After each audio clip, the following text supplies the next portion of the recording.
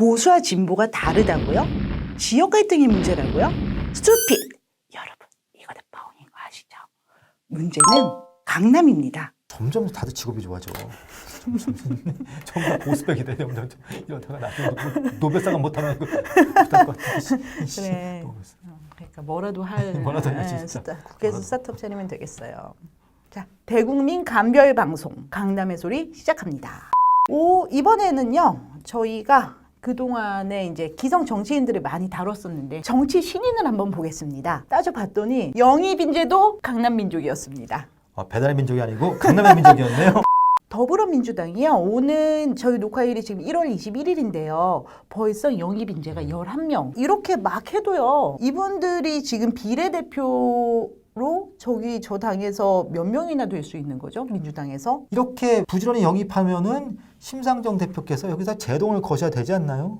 아니 그러니까 이게 전부 비례대표로 이제 영입을 하는 게 아니라 이분들 중에서 이제 지역구, 전략지역, 전략공천을 하겠다라는 거고 일단 숫자도 많지만 스펙이 한마디로 고스펙이네요. 지금 보면 다 전문직이에요. 교수, 전직 검사장, 벤처 사업가. 근데 이제 저희가 사실은 11명 이렇게 될 때까지 인재 영입을 사실은 조금 잊고 있었죠. 왜냐하면 지금 개정된 선거법으로는 더불어민주당이나 아니면은 자유한국당 같은 경우에는 비례대표가 숫자가 확 줄어들 테니까요. 그래서 다른 선거 때에 비해서 이 두 거대 정당의 인재 영입에 대해서 관심이 그렇게 많지는 않았는데 갑자기 이탄희 이분이 딱 등장을 하면서 다시 주목도가 높아졌습니다.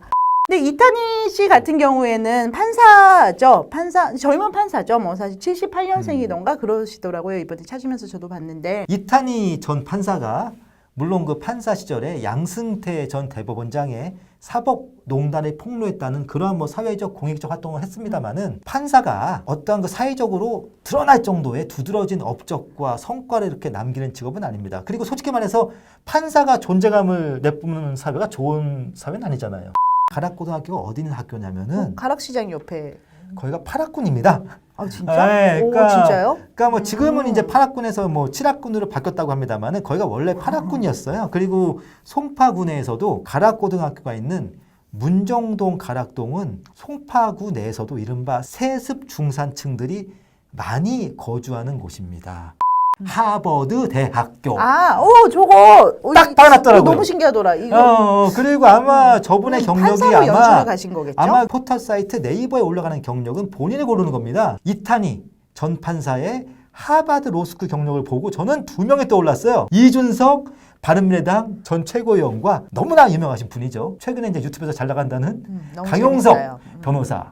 저는 두 사람에서 생각난 게 이게 보니까는 본인 참여라고 여기 이렇게 조그맣게 보이는데요. 거기 보면은 이게 그건 거죠. 그러니까 자기 거를 프로필을 편집할 수 있는 그런 거죠. 본인이 선택한 프로필이죠. 본인이 대중에게 공개하고 싶은 프로필을 적어놓은 건데 하버드로 먹고 사는 남자 강용석, 하버드로 먹고 사는 남자 이준석, 그 대열에 하버드로 먹고 사는 남자 이탄희, 세 명이 한마디로 하버드 3인방 탄생하는 순간이었습니다.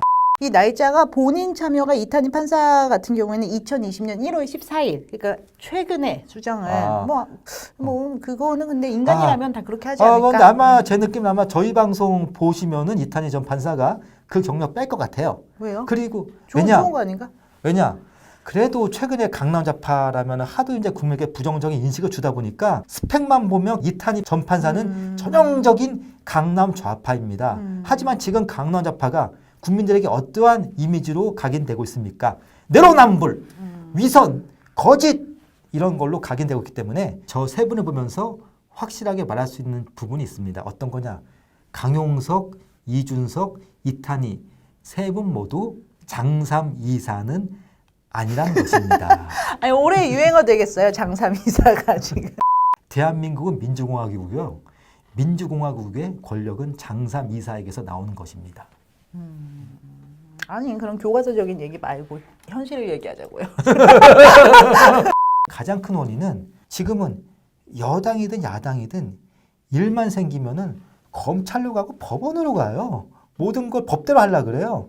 그러니까 지금 정치의 공간이 좁아지고 자꾸만 이른바 검찰과 법원의 공간이 넓어지다 보니까 법에 관련된 거는 판사나 검사들이 잘 할 수밖에 없지 않겠습니까? 예전에는 어느 정도 고법 부장 판사, 뭐 검사 같은 경우에는 최소 검사장 요렇게 했던 사람들이 이렇게 발탁돼서 간다고 할까요? 그런 경우가 많았죠. 그리고 기재부 같은 경우에도 기재부 뭐 차관보 이상 이런 분들이 이제 발탁돼서 가는 경우, 물론 지금도 그렇게들 많이 가십니다. 근데 지금 보이는 현상은 특히 민주당에서 선호하는 분들은요, 약간 예전에 그 서기호 판사처럼 젊은 판사, 그 판사를 몇 년 더 해도 되는 뭐 이게 판사는 10년에 한 번씩 재계약 갱신 시스템이잖아요. 계속해도 되는데 그렇게 데려가시더라고요. 신상이 필요한 거죠. 화끈하지만은 유통기한은 짧은 단품 선호 현상을 보시면 될 것 같습니다. 이것도 일종의 다품종 소량 생산 시대의 반영일 수도 있겠습니다.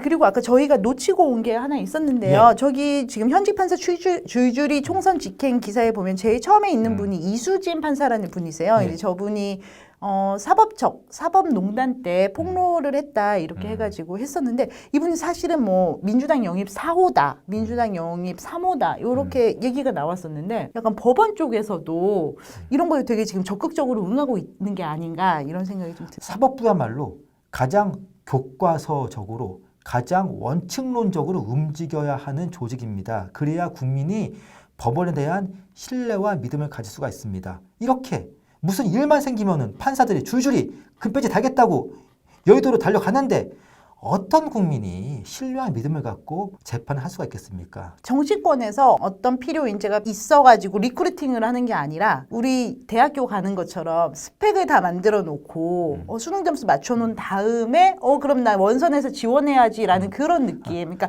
정치가 워낙 엘리트 위주로 가니까는 어느 정도 급이 되는데 이 일보다 다른 걸 하고 싶어라고 하면은 마치 대학원 가듯이 또는 고등학생이 대학교 가듯이 스펙 쌓은 다음에 지금 원선 넣는 그런 느낌이 들어서. 민주당도 그렇고 자유한국도 그렇고 점점 메가스타들을 닮아가는 거네요.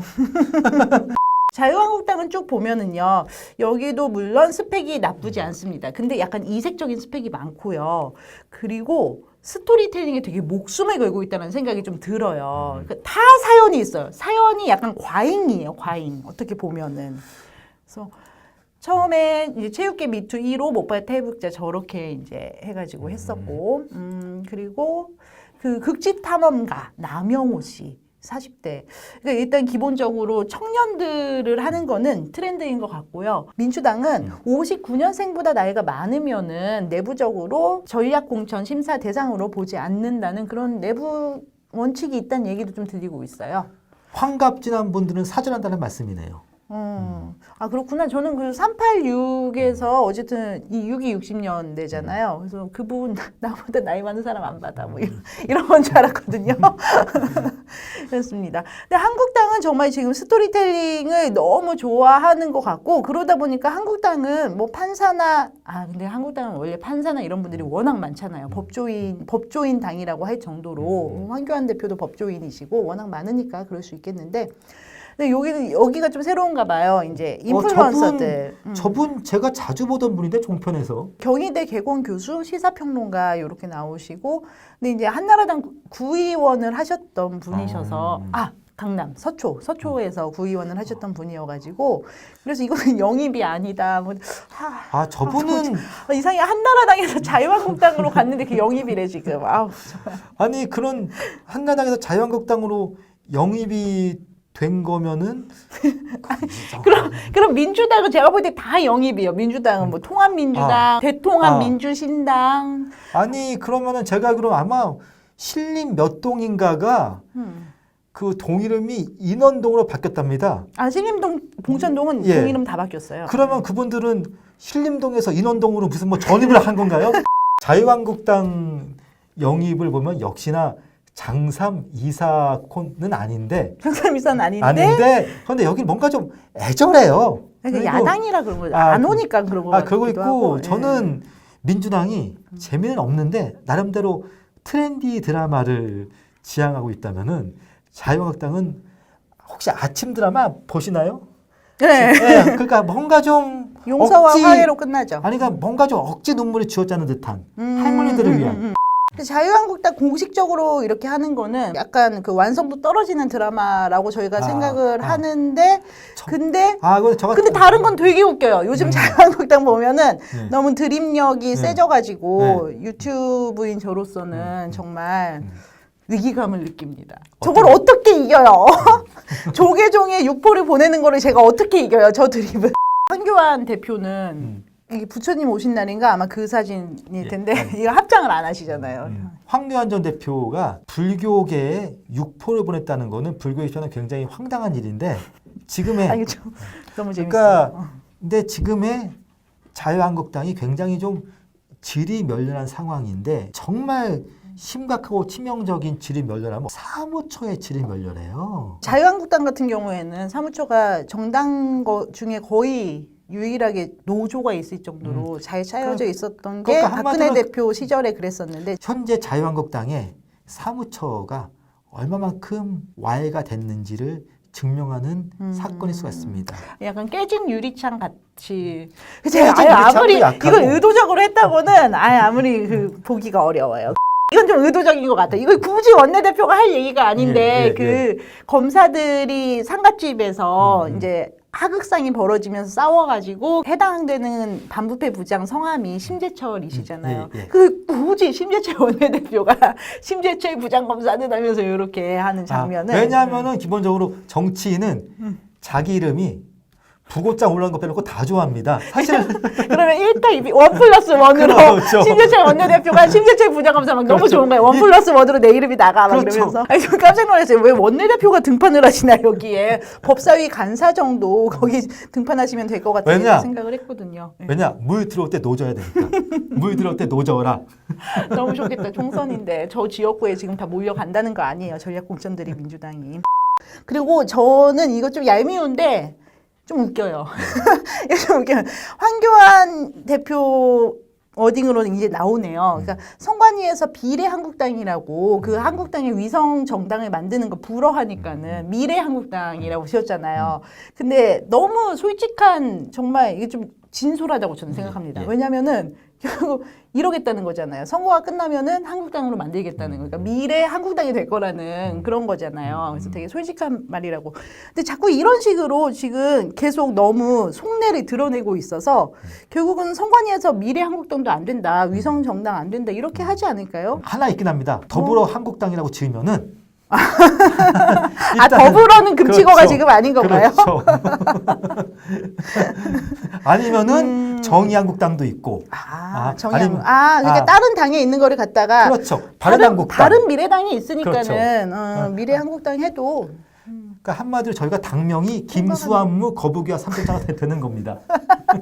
어떻게 그거 하면은 막 선거 용지가 막 한 당이 이만큼 되고 어떻게 되지 진짜 이번에 정해진 게 없어요. 근데 황교안 대표가 의외로 또 이런 재치가 있으시더라고요. 또 이분은 삼손은 머리가 길어야지 뭐가 나오는데 이분은 머리 자른 다음에 뭔가 이상한 드립력이 되게 늘어난 거는 인정을 합니다. 저희가 여태까지 이렇게 봤는데 그래서 진짜 한국당의 저 드립력이 걱정이고 한국당은 또 자기들의 그 인재 영입이 걱정일 것 같고 그다음에 민주당은 저렇게 많이 몰린 인재들을 어디에다 배치할지 또 걱정일 것 같고 그렇습니다. 제가 우리 강남의 소리가 저희 방송이 아직까지 이제 시청자가 아직은 그렇게 많지 않기 때문에 제가 그 자유한국당 당직자들이 거의 보지 않는 걸 전제하고자 말씀드리는 겁니다. 차라리 자유한국당이 더불어민주당에 이기는 방법이 전략공천을 한 명도 하지 마시고 인재 영입을 한 명도 하지 마시고 기존의 당내에 있던 당직자나 원외위원장들을 키워주세요. 그게 자유한국당이 더불어민주당과 가장 확실하게 대립각을 세우면서도 지금까지 땀 흘리고 고생했던 사람 챙겨주는 거는 역시 아직은 보수가 진보보다 낫다는 인식을 국민들에게 줄 수 있는 좋은 방법입니다. 그러네요. 친박 친이 또 지금 싸움 열심히 시작을 하고 계시는 분위기인데 친박인지 친이인지 그동안 공개되지 않았던 좀 다음 세대한테도 기회를 준다면은 그분들은 그럼 아마 그렇게 할 것 같습니다. 더불어 친이박이라고. 황바가 아니고 도대체 친황은 언제 세력이 생기는지 참. 예, 다음 시간에 뵙겠습니다. 강남의 소리입니다. 우리 이거 구독과 좋아요 누르면 저 인강남 할 수 있는 거 맞죠? 인강남할 때까지 가자. 구독과 좋아요가 맞습니다. 저희 인강남을 도와요.